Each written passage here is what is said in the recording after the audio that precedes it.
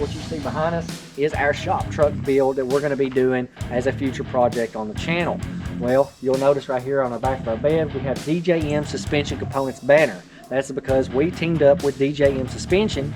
They sent us their 3.5 drop kit for our 65 Ford truck.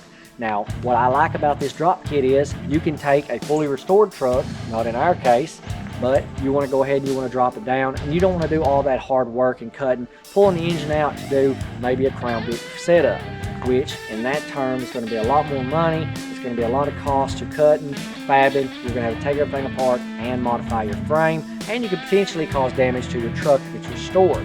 Not to mention, it's a lot wider track width than your factory F100. Now, DJM Suspension Components, they've solved that problem. They have a bolt-on kit, pretty much just takes your factory suspension off, and you put drop beams in, you get trailing arms, springs, you get all the bushings, and in the back you have the hangers and shackles. So it gives us a 3/4 drop. Now, we're not going to be worried about doing any kind of rust repair or painting on this truck because we're going to be fitting all the products on, getting our stamps right, seeing how it looks. Then whenever we're finished, we're going to be taking everything back down, doing it the way it needs to be done to be correct, and later on down the road we're going to be dropping a Coyote in this truck as well, and 6R80 transmission. But today's for the video, we're going to go ahead and take all these suspension components down to be getting our DJM suspension components put back into place and get this thing sitting the way it needs to be. So none of this stuff right here is going to be reused on this truck. We're going to be redoing everything completely new. So let's go ahead and dive right in and get all this stuff removed from the truck. Some people may want to reuse their front drum brake kit, and there's nothing wrong with that. If you're used to it, that's fine.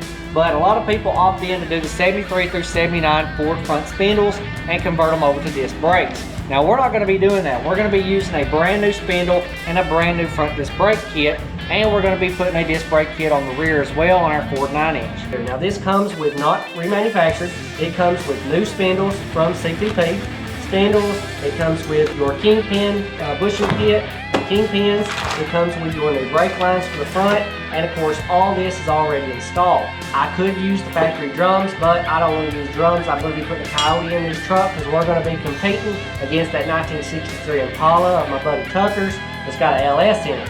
So I want to be able to not only go fast, but also want to be able to stop whenever it comes time for me to slow down and let him keep up. So we're going to go ahead and put these brakes on there. And this, I don't even know, this brake booster, brake master, get these disc brakes on the front of this truck. And I hope that you see this video, Tucker, because I'm coming for you.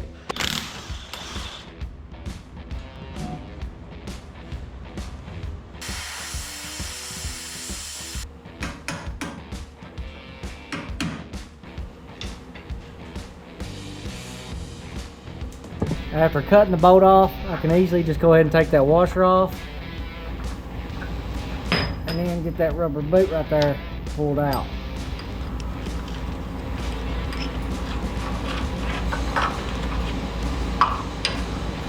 Now right there will be able to come loose and slide straight off. We got this right here separated now. Dang! Go get you a Craftsman. This sucker work good. That Craftsman impact, I'm going to put a link of that Craftsman impact in my link.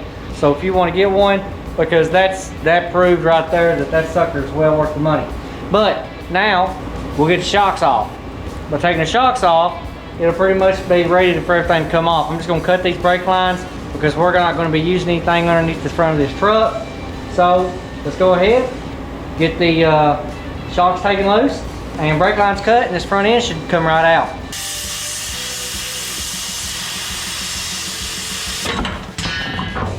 Now we're going to be putting the DJM suspension components in. I'm not going to worry about cleaning anything up because that's not the purpose of the video. We're just going to get the suspension components in, see the stance of the truck, how well it looks with the wheels on there, and then we're going to be stripping everything back down to redo the truck. Before we go ahead with our I-beams, the easiest way I think to do this is to go ahead and get the radius arms in first. Now, one rule of thumb is your shock mount goes to the inside, meaning center to center. Now the top is going to be the long side, just like that. So that's going to be the top, short side the bottom. So with your bushings, you have a sleeve right here. So you're going to put your washer your sleeve and your bushing on. But we'll go ahead and get that put into place right here. Get the bushing on the back side, our washer, and our castle nut. And as you can see, it pretty much leaves all this right here in position. So if you go ahead and put on those I-beams first, it's going to be extremely hard to get these in. So by putting these in, now we can take our I-beams, we can slide them into place, and then get our bolt on that back side. I'm going to set it into the radius arm, just like that. And then I'm going to go to the other side and put on my nut. Go ahead, fasten the nut down on top.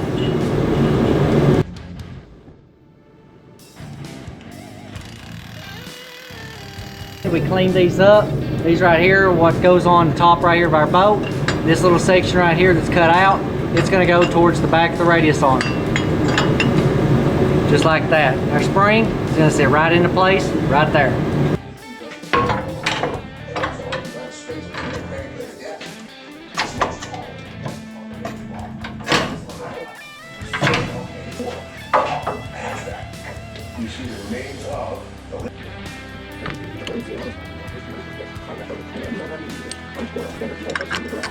Now we can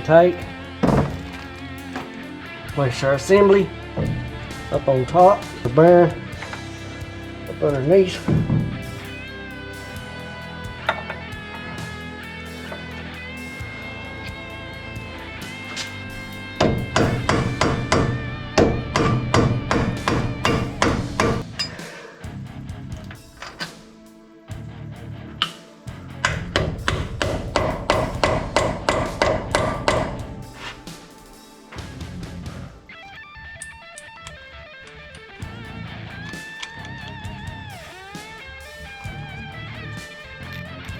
Okay, now right there is going to hold everything in, so we're good here. Now we're going to put our caps on top and our caps on the bottom.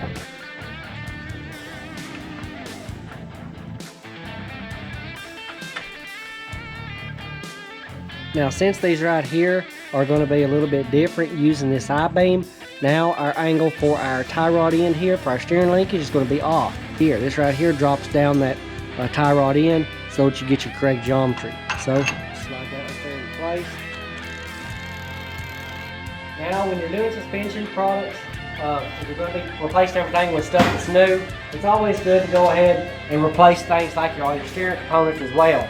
So we've got both the sides for tie rod ends and bar runs across your spindles. So we're going to put all new stuff in the truck as well, since we're already doing everything with suspension. We didn't want none of this left unturned, so we want everything to be new, nothing to be original. And I'll slide this through this opening in the radius arm through our bracket here. The other end here will go up through into where our steering gearbox is. So I have the castle nut for that. I'll just get that into place. Alright, put our castle nut on. And our radius arm.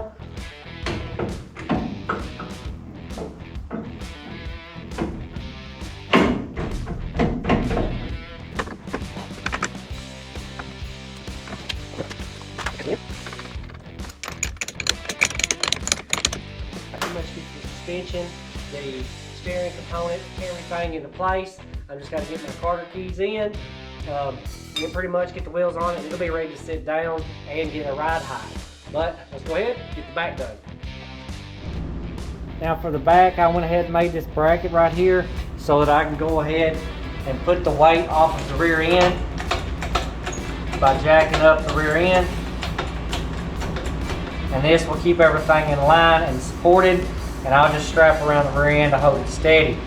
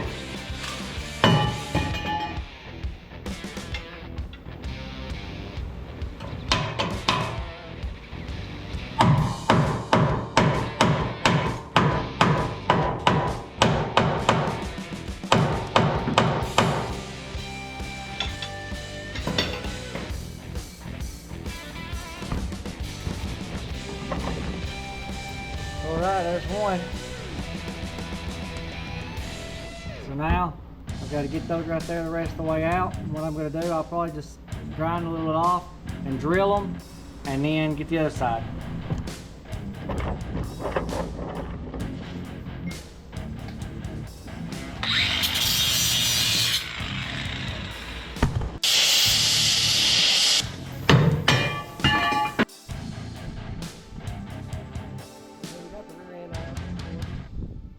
We done that.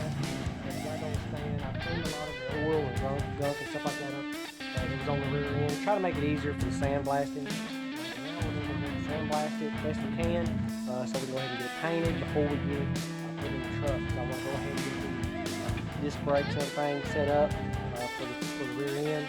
So basically, just trying to clean it up best I can so we can get some paint on it before I get it in the truck.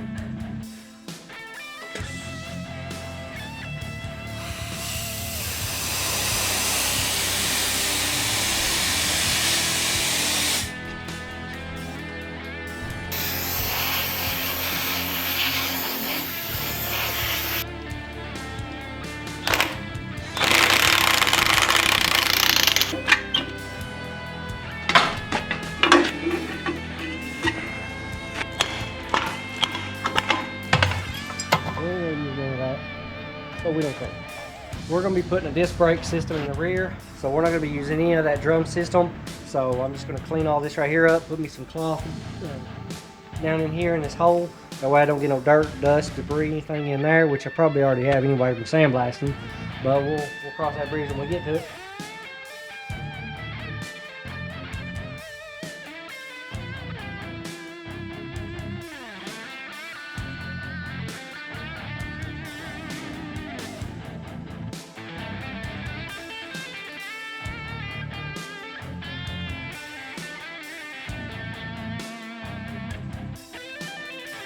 The final total clear.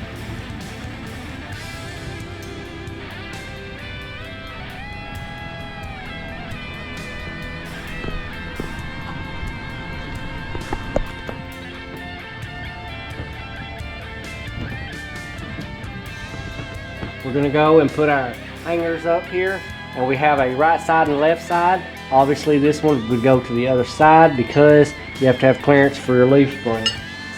We'll put a bolt up there in the bottom.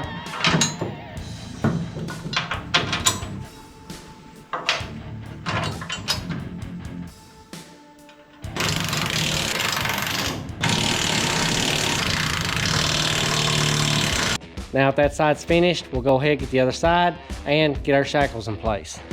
For the shackles, you can go the lowest setting or be more conservative. We're going to go for broke here on the lowest. These right here are going to be down. These right here will be facing up because these sit into that perch. So slide our bolt through and do the other side.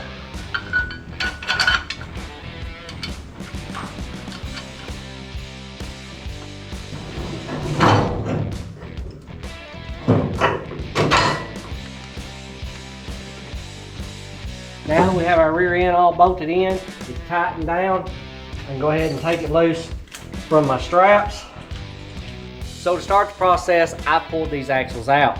Now, all I did to take everything off this assembly is loosen up those nuts and pull that whole entire plate off. And I went ahead and pulled the seal out and picked up some new seals to go in this because I don't want any issue with those leaking and getting all over those rotors. So we're going to be putting a new one in. Now to finish up everything on this kit, we have a brand new set for the rear of shocks. We're going to start by just sliding the top one in, putting on a washer and my nut.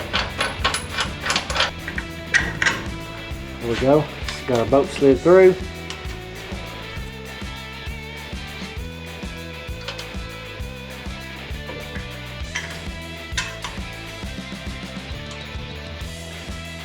Okay, I was going to be doing a disc brake conversion on the rear. Unfortunately, the disc brakes that I ordered come with the wrong rotor. So I'm going to be using those on the 67 Ford Mustang Fastback that we're going to be building. So to finish up this video, not going to be putting them on this today.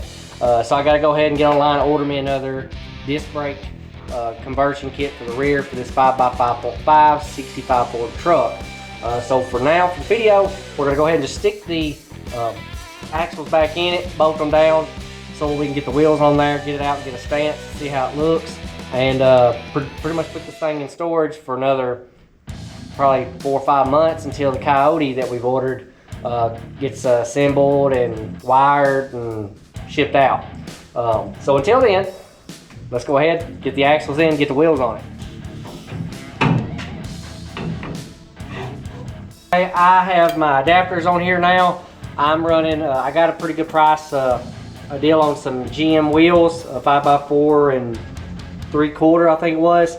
So I bought these adapters. Now I don't have any issue with the rear rubbing, but the fronts aren't going to work. They're going to end up hitting the fenders. So I will end up having to buy some 5x5.5 20" by 8 torque thrust 2s for the front at least. So I at least got to go get 2 for the front.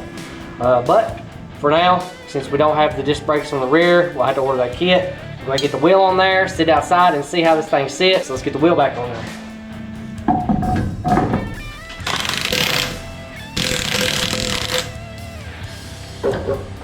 Okay, there we have it. So now we're going to sit on the ground, we'll push it outside, and we'll see what that stance looks like.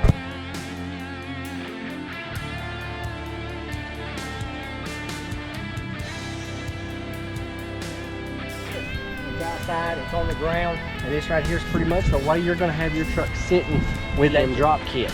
Now we did the full kit, so we got the front I-beams, radius arms, we got the springs, front shocks, the rear hangers, and the shackles. So, and also the rear shocks. So that's the full kit that you're going to be getting if you go to and order yours. This is how your truck is going to be sitting.